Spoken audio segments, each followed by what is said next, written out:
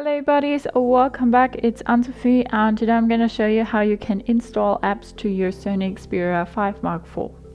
For that you want to go to your Play Store and then you see here apps recommended for you. You have top charts, you have apps for children, you have different categories, you have just games, also recommended for you, top charts, children, events, premium apps or games, and different categories. And you also have books, ebooks, audiobooks, genres, top selling, new releases, top for free. So whatever you want to download, you're gonna probably find it here. If you know the name of an app, you can just type it in this search bar.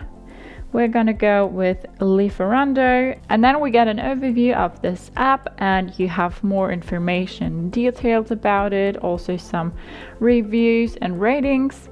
And if you want to install this app now, you just click on this bright green button, install. Then it will take a little while, and now you can open it through the button here, uninstall it directly, or you go back and then you see the screen shifts to the right and then Lieferando pops up here.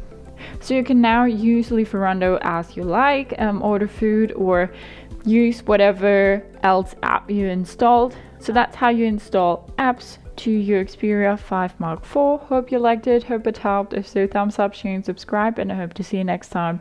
Bye.